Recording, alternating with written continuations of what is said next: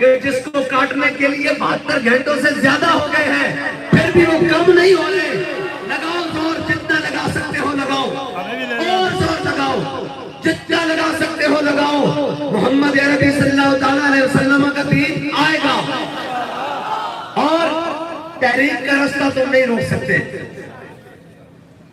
یہ گولیوں سے رکا ہے، یہ شلوں سے رکا ہے، یہ تیزابوں سے رکا ہے، یہ ووٹ کاٹنے سے رک جائے گا.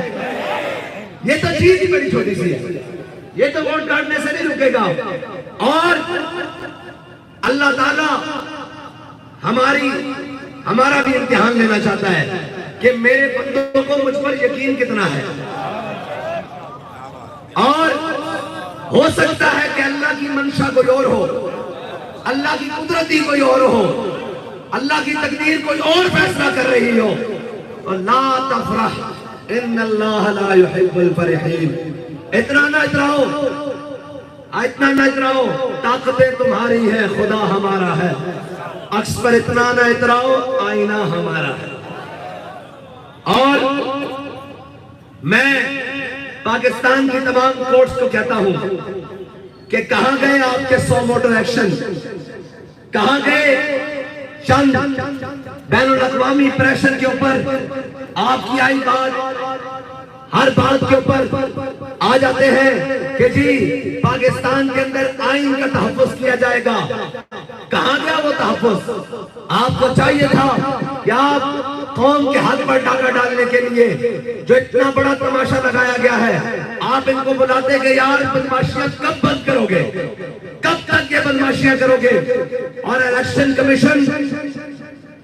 کمیشن نے جو تماشا پاکستانی قوم کے ساتھ لگایا ہے اور جو سسٹم لے کر آیا ہے، اس سے اچھا ہے کہ الیکشن کمیشن کے تمام ذمہ داروں کو قوم کے سامنے کھڑا کر کے ان سے پوچھا جائے کہ بھائی تم کیا لوگ ہو جن لوگوں نے پاکستانی قوم کو 5 سال میں 2 الیکشن دینے ہوتے ہیں، ایک بلدیات اور ایک قومی الیکشن. یہ الیکشن نہیں ہے، یہ سلیکشن سینٹر ہے، یہ سلیکشن کمیشن ہے. اگر تمہیں اتنا ذوق ہے تو پھر تم مانا کرو سارے امیدواروں کے نام، اور جس کا نام تمہیں پسند آئے اس کو جناب منتخب کر دیا کرو. قوم کا اتنا پیسہ اور اتنا سرمایہ ضائع کرنے سے تمہیں کیا ملتا ہے؟ اگر تمہیں تسکین ملتی ہے تو یہ یاد رکھو، اللہ کی تقدیر یہ فیصلہ کرے گی کہ ان ظالموں کا انجام ہوگا اور محمد عربی کا دین تخت کے اوپر ہوگا. اور میں اپنے تمام کارکنوں سے کہتا ہوں کہ آپ نے دل چھوٹے نہیں کرنے. بہت سارے لوگ آئیں گے، کوئی کہیں گے یہ کیوں نہیں ہوا، کوئی کہیں گے یہ کیوں نہیں ہوا. اس نے کہا ہوا تو بہت کچھ ہے، لیکن یہ وطن ہمارا ہے. ہم نے حضور کے دین کو لے کر آنا ہے. ہم نے یہ دیکھنا ہے کہ تو ظالم کہاں تک ہے، تیرا ظلم کہاں تک ہے، تیرا جبر کہاں تک ہے، تیری دھونس اور دھاندلی کہاں تک ہے. اور یہ کہتے ہیں دھاندلی ہوئی ہے، دھاندلی نہیں، دھاندلے ہوئے ہیں. لیکن یہ یاد رکھنا، ان دھاندلوں کی وجہ سے ہم پیچھے ہٹنے والے نہیں ہیں. ہاں بھئی، آپ پیچھے ہٹیں گے؟ کوئی پیچھے ہٹے گا؟ کوئی پیچھے ہٹے گا؟ کوئی پیچھے ہٹے گا؟ کوئی پیچھے ہٹے گا؟ اور بھائی ہم تو آگے اور بڑھ کر آئیں گے، اور انشاءاللہ اگر پہلے 10 گھنٹے کام کرتے تھے تو 15 گھنٹے کام کریں گے، اور ہم اس سے بڑھ کر آئیں گے. اور ہم انشاءاللہ ہر گلی کوچے سے نکل کر پھر آئیں گے، اور اتنے زور سے آئیں گے کہ تمہاری ہر دھاندلی کو بھی بہا کر لے جائیں گے، تمہارے ہر ظلم کو بھی بہا کر لے جائیں گے، تمہارے ہر جبر کو بھی بہا کر لے جائیں گے. اور میں پوری قوم کا شکریہ ادا کرتا ہوں کہ آپ نے حق ادا کر دیا. اور آپ نے یہ نہیں کہنا کہ آپ کے ووٹ کا مل نہیں ڈلا، آپ کے ووٹ کا مل ڈل گیا ہے. اور آپ نے ووٹ دیا ہے حضور کے دین کو، آپ نے ووٹ دیا ہے ختم نبوت کے تحفظ کے لیے، آپ نے ووٹ دیا ہے ناموس رسالت پر پہرے داری کے لیے، آپ نے ووٹ دیا ہے دین کو تخت پر لانے کے لیے. آپ کا ووٹ مکمل پہنچ چکا ہے. لیکن یہ یاد رکھیے گا، یہ ہمارے امیدواران یہ مت سمجھیں کہ ہمارا سرمایہ ضائع ہو گیا، ہمارا وقت ضائع ہو گیا. ضائع ان لوگوں کا ہو گیا جو کفر کے نظام کے ساتھ کھڑے ہیں. ہمارا چلنا بھی قبول ہے، ہمارا اٹھنا بھی قبول ہے، ہمارا بیٹھنا بھی قبول ہے، ہمارا دیکھنا بھی قبول ہے، ہمارا بولنا بھی قبول ہے، ہمارا نکلنا بھی قبول ہے، ہمارا سوچنا اور سمجھنا بھی قبول ہے، اور ہم انشاءاللہ اس سارے ظلم کے نظام کے خلاف پہلے بھی سینہ سپر ہو کر کھڑے ہیں اور اب بھی کھڑے ہیں۔ آپ نے گھبرانا نہیں ہے، آپ نے محنت زیادہ کرنی ہے، آپ نے آگے بڑھ کر زیادہ آنا ہے، اور ہم نے یہ دیکھنا ہے کہ یہ ظلم کا نظام کہاں تک ہے، آخر کہاں تک ہے۔ اور بابا جی کہتے تھے کہ یہ کہتے ہیں کہ ہم نے ووٹ کاٹے ہیں تو یہ مایوس ہو جائیں گے۔ حضرت خبیب بن عدی کا جسم کاٹا گیا اور انہوں نے پوچھا کہ اب بتاؤ تمہارا کیا خیال ہے، اگر تمہاری جگہ تمہارے آقا و مولا ہوتے اور تم مدینے میں آرام سے بیٹھے ہوتے تو انہوں نے کہا کمینوں کیا سمجھتے ہو کہ تم میرا جسم کاٹ کر مجھے حضور سے بے وفائی پر مجبور کر دو گے؟ تو آپ کیا سمجھتے ہیں آپ ووٹ کاٹ کر ہمیں حضور ناموس رسالت پر پہرا دینے سے روک لیں گے؟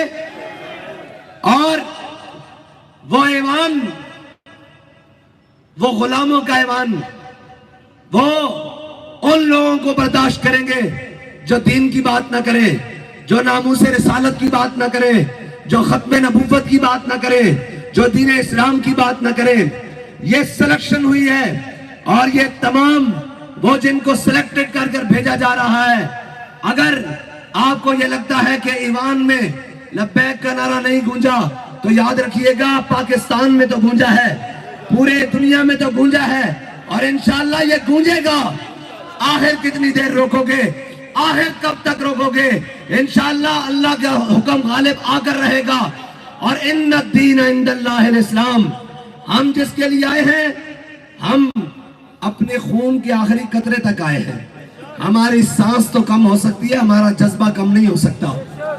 اور جو طریقہ تم نے آزمایا ہے اور جناب الیکشن کمیشن نے جو دھونس اور دھاندلی کی ہے اور یہ تماشا لگایا ہے، یہ تماشا ملک کے لیے بہتر نہیں ہے۔